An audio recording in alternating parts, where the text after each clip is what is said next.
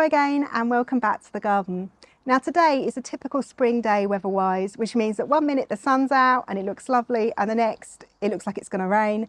But anyway, at least the weather is usable, which is fantastic news because I've got lots of jobs to be getting on with. First up, I really want to get some plants into the beds behind me, the veggie beds here. I've also got some potting on to do with my tomatoes. And yeah, I also want to show you how some of the flowers are looking because they do look really lovely at this time in the spring. And yeah, just show some of the returners because I don't know about you, but personally, I always get really nervous at this time of year as to have all of my plants survive the winter or not. And I'm really delighted on the whole, I have to say, that things are coming back. And yeah, I just want to show you that. Yeah, so let me show you then my mizuna. You know what, they're looking pretty good, aren't they? I'm really delighted with that, especially if you recall, these went incredibly leggy. I made the mistake when I sowed them indoors as part of the seed compost experiment back in February. I made the mistake of not putting them in a position where they had enough light. So they were looking for the light and they went a bit wonky. And yeah, there still are a few there that probably are a little bit wonky. But do you know what? They're still going to be tasty and good to eat. So I'm pretty happy with how they've turned out and I'm going to get them into the beds now. If you are having a bit of an issue with leggy seedlings, it is usually caused by lack of light. So one of the best things you can do is just get them out into the light. And that is how I fixed the issue with the mizuna. I was literally bringing them in and out of the house every day to begin with, until I kind of felt like they were ready to be outdoors all the time. And yeah, just the light and also the air circulating around the base of the plant can really help strengthen and toughen them up and help to fix that issue. So yeah, all hope is not lost. And I did originally think, back in February when I saw the state of the seedlings, was it worth starting again? But you know what, I would have been wrong, wouldn't I? Because they're looking pretty good now. If you remember, originally this bed here had lots and lots and lots of forget-me-nots. So some volunteers that had, basically completely taken over the bed. And I moved them back there to where my plum tree is. And, there was nothing there. And I thought it would look really beautiful to have them there, in big groups. And I think it looks lovely. So I'm really happy with that. Forget-me-nots really do bring a real kind of spring feel, don't they? Just a delight to see. Yeah, so I think I've got some ideal spots here behind me then to put the mizuna in. I have already got some mizuna in this bed, but they must be a completely different variety because they look totally different. But yeah, I know they grow well here, so let's get them in. Yeah, and just to show you, look, my broad beans that I put in, I've got a few in this bed. They are looking really healthy and strong. Delighted with that. And no slug damage so far, touch wood. Yeah, so this perennial here, as you can see, it's completely flopped over in the wind. It's probably not going to be around for much longer. It's just about hanging in there at the roots. I've actually decided to leave it because I can see it's throwing up some shoots, which will be a bit like tender stem broccoli, so they'll be really tasty to have. And then once it's finished producing those, my plan is to take it out. I have got some cuttings of this because it's been looking very wonky for a very long time and I knew it wasn't going to be around for much longer. But yeah, my plan is then to put some mizuna in there. And yeah, as you can see, these are the other mizuna that I have. And yeah, they're a completely different type, aren't they?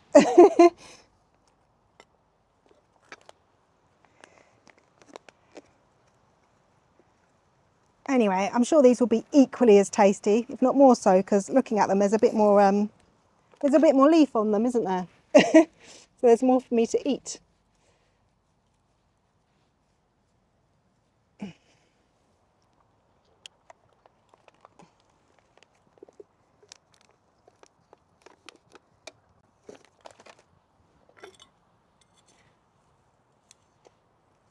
Yeah, I'm right next to the slug trap here, so hopefully they should be safe from slugs. Right, so yeah, they're all in the ground now, my mizuna. I've got a lovely patch there. And then I've put a few more, as I say, further up there, right by my my slug traps. So yeah, hopefully they'll be safe there. You can't really see that one there, it's hiding behind the spinach leaf, but there we are. It is there, it is there. Lovely. Right, let's have a look then at these tomatoes. Yeah, so I think it's really interesting when you grow several varieties of the same plant together and you sow them at the same time in the same compost, and you can just really see the difference in terms of the varieties and which one is more vigorous than the other. And yeah, so this one here is an Okoya, which is this beautiful tomato, dark red, you could even say purple, absolutely delicious, but it does tend to fruit later on in the season. And you can see, yeah, the seedlings are taking their time in comparison to these ones here, which is the unknown mystery red plum tomato variety. So these are the ones that self-sowed themselves in my garden. And basically from a tomato I discarded in the compost. So I knew that was a really strong plant. And then, yeah, if I also showed it alongside then the golden sunrise, you can see these are looking really strong. So it is interesting how the different varieties can affect the growth rates. It's not just the compost, although I will come on to the compost in a second. But yeah, I think these ones are ready for potting on. These ones need a few more weeks probably. Just to highlight then in terms of my tomatoes, because I do think you see such a clear difference here. Um, you know, these were sown as part of the seed compost experiment, so they're in 6 different mixes. And you can really see the difference in the size of the tomatoes between the mixes that the tomatoes liked and the mixes that the tomatoes didn't like. Compare this with, this. It's a massive difference. Yeah, so here then we've got my random assortment of pots. So yeah, let's get potting on. I have got far too many tomatoes for what I actually need for my small garden and for my own use, let's be honest. But one of my family members was telling me they've had problems to germinate their tomatoes this year. I'd love to know what compost they were using. Unfortunately, they couldn't remember. But yeah, so basically these will probably be backups for them too then. And yeah, I'm going to plant them nice and deep, because they do say that tomatoes benefit from being planted nice and deep. There we go. Yeah, okay, quite a good root on them. That's good.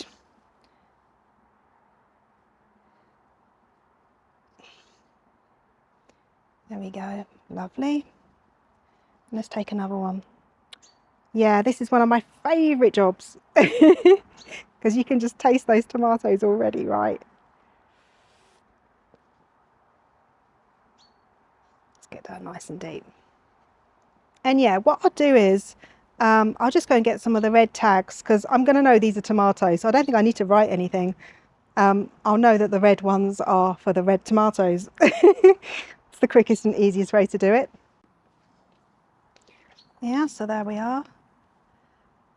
So yeah, I think if I remember correctly, for these plant labels I have got purples and yellows, so I might be really lazy and just not do any writing. Yeah. So yeah, I've got a few more to be getting on with here. Yeah, so someone has decided to help me. Oh gosh. Oh no, okay. Always happy to see my cat, but yeah, that was a bit precarious for my tomatoes there. I think I much prefer it when she's looking down on me and she's, further away from those tomatoes. Yeah, so I think that's probably all that I need for now. I mean, I've got some kept back in case maybe, some don't survive being transplanted.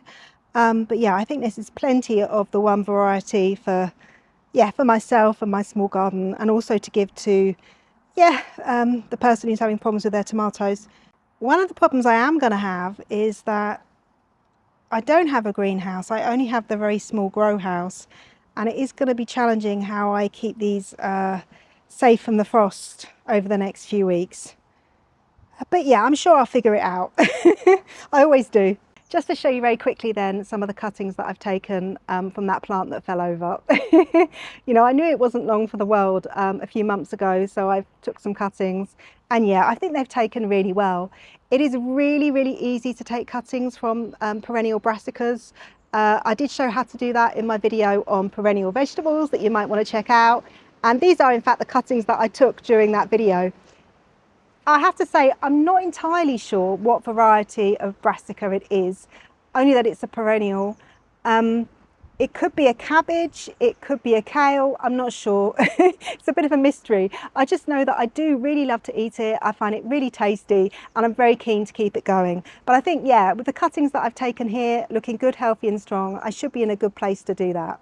Yeah, so I did just want to show you very quickly my 2 blueberry bushes.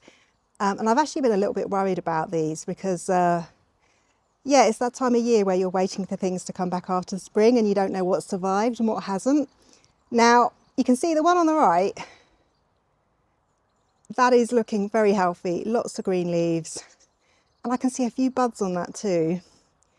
And yeah, the one on this side looks like a collection of sticks. And I really thought it had died, but I found, to my delight the other day, a green bud coming on it, which I'm going to have to find for you now, but it is there. There you are, look, voila, it's there. So yeah, hopefully it's just a case that this one is a slightly later variety.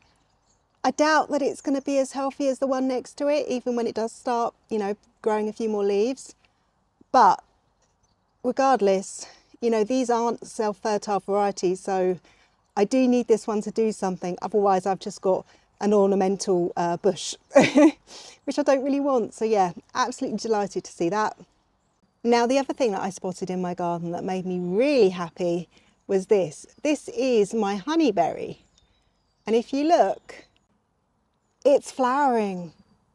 I only planted this about a month ago, so I'm delighted that it's flowering, and it's got a couple of flowers around the back too. So it's obviously really happy in its space. Yeah, be interesting to see. I mean, I would think it would be too early to have berries this year, but the fact that it's flowering is a really good sign. Now, this here is a self-fertile variety, so it should be okay that I've only got one of them, but generally speaking, you do need to buy 2 in order to be able to get any berries. But one of the main advantages of honeyberry is that it fruits very early on in the season, so it should be one of the first things to give me fruit this year, if it does indeed give fruit. And the other is that it's meant to taste a bit like blueberries, but unlike blueberries, it doesn't have any specific soil requirements, so it doesn't need acidic soil. Hence why I'm growing this in the ground and not in the pots like my blueberries. So yeah, I think that's really exciting. I was delighted to see the flowers.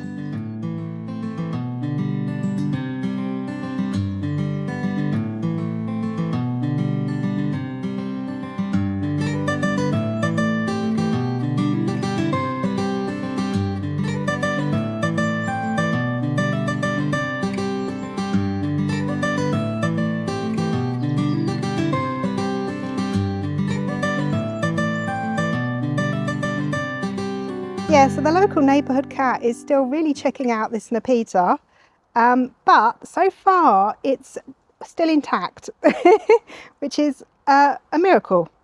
And by the way, in case you're thinking there's something off with the, I don't know, like with the perspective here, he really is absolutely massive.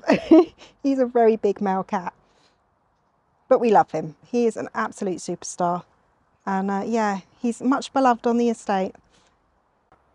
Yes, I'm really happy with how today went. You know, I managed to get quite a few jobs done, despite the numerous interruptions with the local cat population. You know, as lovely as they really were quite distracting. It was really fantastic to be able to get those mizuna in the ground. You know, when I saw how weak and leggy they looked back in February, I guess it was now, I really was quite disappointed, and I did consider just throwing them out and starting again. But you know what? I persisted with them, and I think they look all right now. Yeah, they're still a little bit on the wonky side, but I don't think that's going to affect the taste, which is the most important thing. I'm sure we'll all agree. On top of that, I really enjoyed potting on those tomatoes. You know, it's really great at this time of year to be looking forward to all the tasty harvests that are going to be coming in the summer. And I think if you grow your own tomatoes, I'm sure you feel the same. They're the one thing that you look forward to, I think, above all else, just because they taste so much better than anything that you can buy in the shops. Now, as you've probably seen, it's only April and I am already running out of space.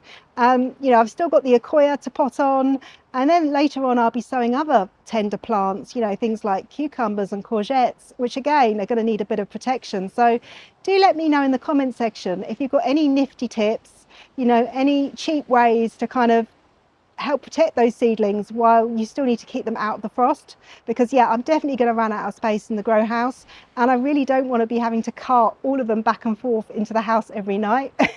Although I will do that if I have to.